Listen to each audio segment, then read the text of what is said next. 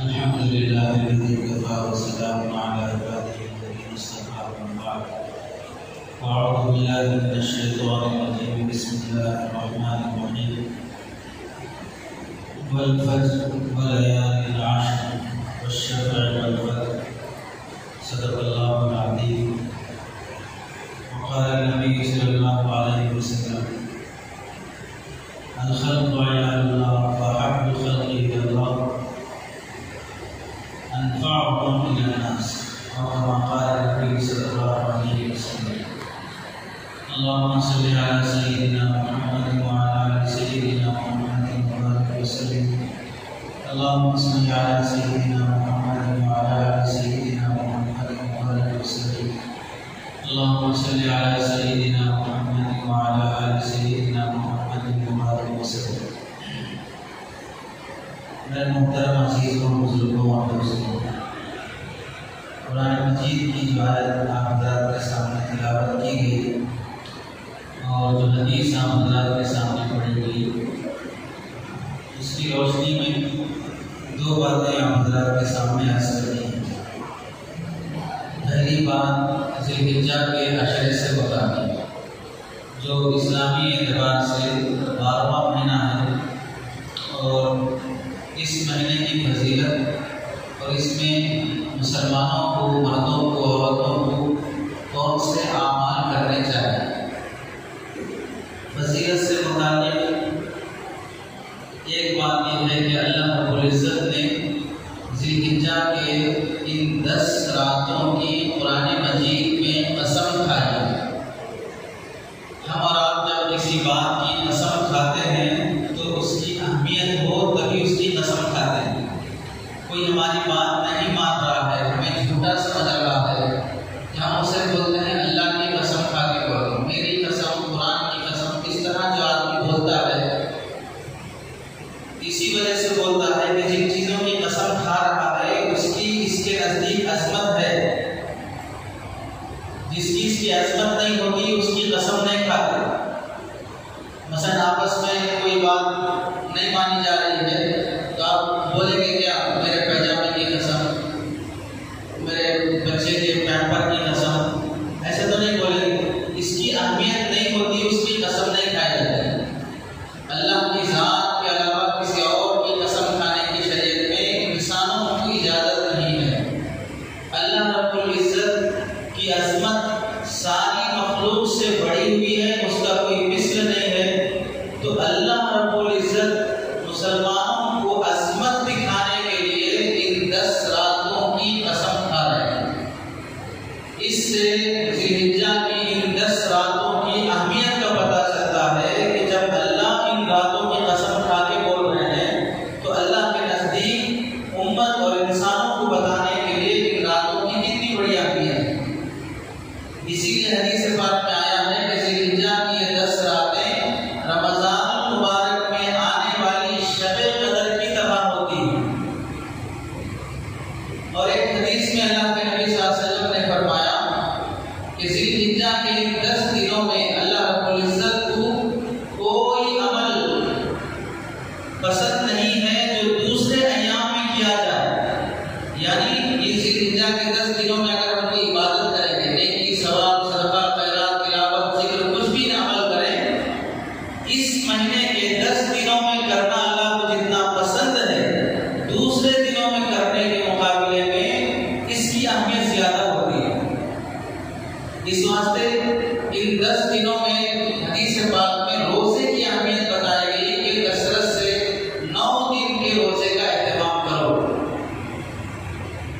اور ایسے ہی اللہ کے نبی صلی اللہ علیہ وسلم نے بھی اپنی زندگی میں عمل سے کر کے دکھایا کہ 10 دن جب یہ آ جاتے تھے تو 9 روزوں کا خاص طور سے اہتمام فرماتے تھے۔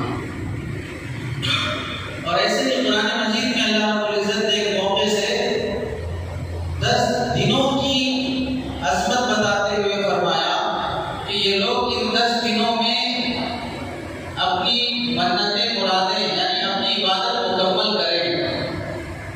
اس کے تحت میں بھی علماء نے لکھا ہے کہ رمضان کے آخری عشرہ یعنی آخری 10 دن یہ بہت افضل ہے، اور ذی الحجہ کے شروع کے 10 دن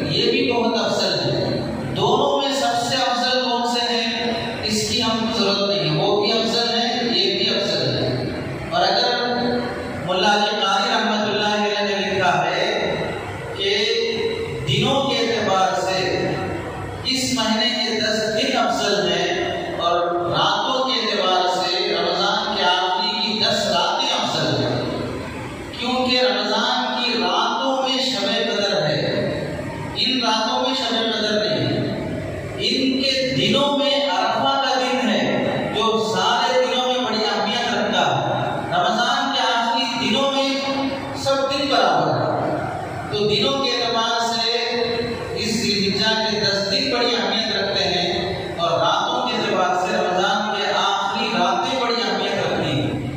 اب اس میں کرنا کیا ہے ہم؟ پہلی چیز کہ جس آدمی پر قربانی واجب ہو یا کوئی شخص اپنی نفل قربانی دینا چاہتا ہو، ذی الحجہ کا چاند دیکھنے کے بعد سے لے کر اپنی قربانی ذبح ہونے تک اپنے جسم کے ناخن اور زائد بال نہ کاٹیں۔ داڑھی مونچھ بنانا ہو، ناخن نکالنا ہو، یا جسم کے زائد بال جسے صاف کرنے کا حکم دیا گیا، ان سب سے آدمی بچا رہے 10 دن۔ اور جب قربانی ہو جائے تو اس کے بعد اپنے جسم کے زائد بال ناخن وغیرہ صاف کر لیں۔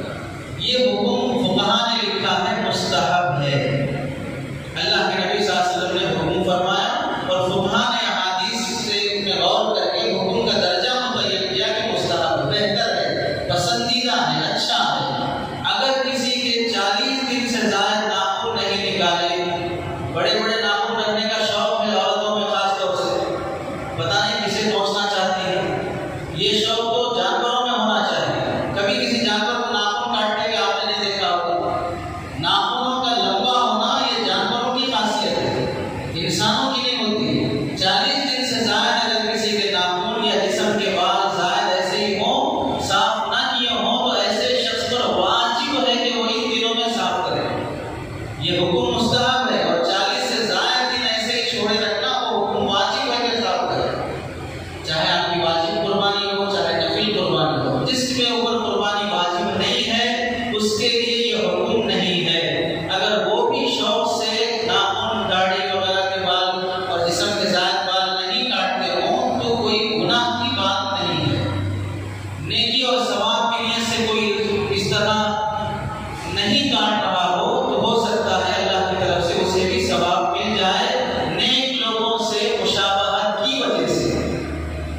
دوسرا کام کہ 9 دنوں میں روزے کا اہتمام کریں۔ ایک روزے کا ثواب اللہ کے نبی نے 1 سال کے روزوں کا ثواب فرمایا، اور خاص طور سے عرفہ کے دن کا روزہ رکھنے کا اہتمام کرے، کیونکہ اللہ کے نبی صلی اللہ علیہ وسلم نے فرمایا عرفہ کے دن کا روزہ اس کی برکت سے 1 سال پہلے کے گناہ اور 1 سال بعد کے گناہ معاف ہو جاتے ہیں۔ 1 سال پہلے کے چھوٹے صغیرہ گناہ، 1 سال بعد کے چھوٹے گناہ، بعد کے ابھی کیے ہی نہیں ہیں کیسے معاف ہو جائیں گے؟ مطلب یہ ہوگا کہ آئندہ سال تھوڑے گناہ کم کرنے کا موقع ملے گا۔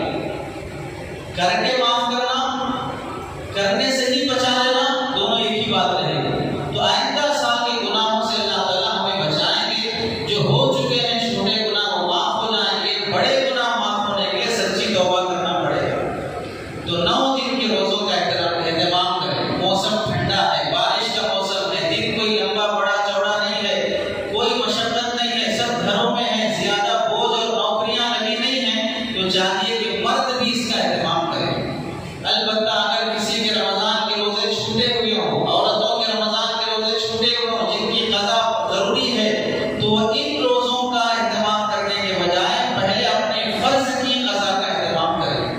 ہونا تو چاہیے کہ رمضان جیسے ہی ختم ہوا اپنے قضا روزے فوراً مکمل کر لینے چاہیے۔ اگر تاخیر ہو گئی ہے، بعض مرتبہ دوسرے دنوں میں رکھنے کا شوق پیدا نہیں ہوتا، ان فضیلت کے دنوں میں ثواب کی کثرت کی وجہ سے لوگ رکھ لیتے ہیں، تو انہیں چاہیے کہ نفل کی طرف توجہ دینے کے بجائے پہلے فرض کی طرف توجہ دیں، پہلے فرض کی طرف توجہ دیں۔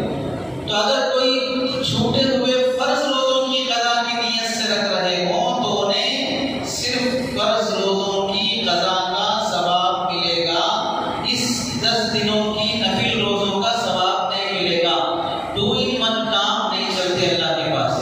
ایک ہی تیر میں 2 نشان کر لینا یہ نہیں چلے گا، فرض فرض ہی رہے گا۔ یعنی آپ یہ بولے کسی آدمی کو آپ 10,000 روپے قرض دینا ہو تو اسے قرض دیتے ہو واپس کرتے وقت یہ بول رہے ہیں یہ 10,000 میری طرف سے آپ کا قرضہ بھی ہے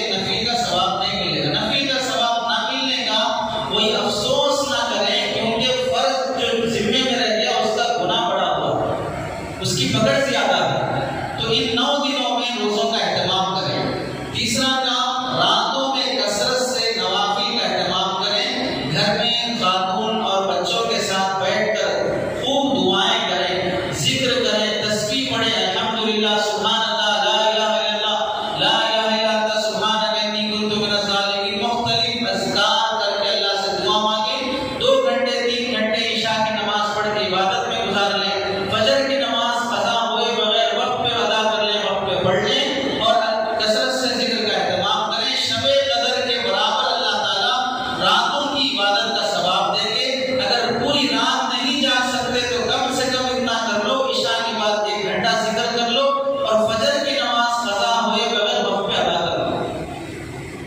7 بجے اٹھ کے 8 بجے اٹھ کے اپنی دکان میں جب چاہے جا سکتے ہیں، اس طرح نہیں چلے گا، جب پڑھنے کو کہا جائے تب فرض ادا کر لو، اتنا بھی کافی ہے۔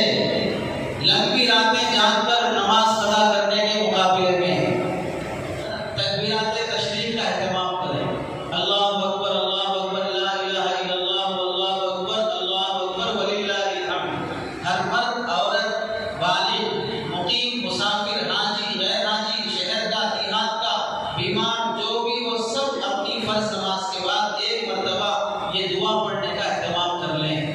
اور جس کے ذمہ قربانی واجب ہے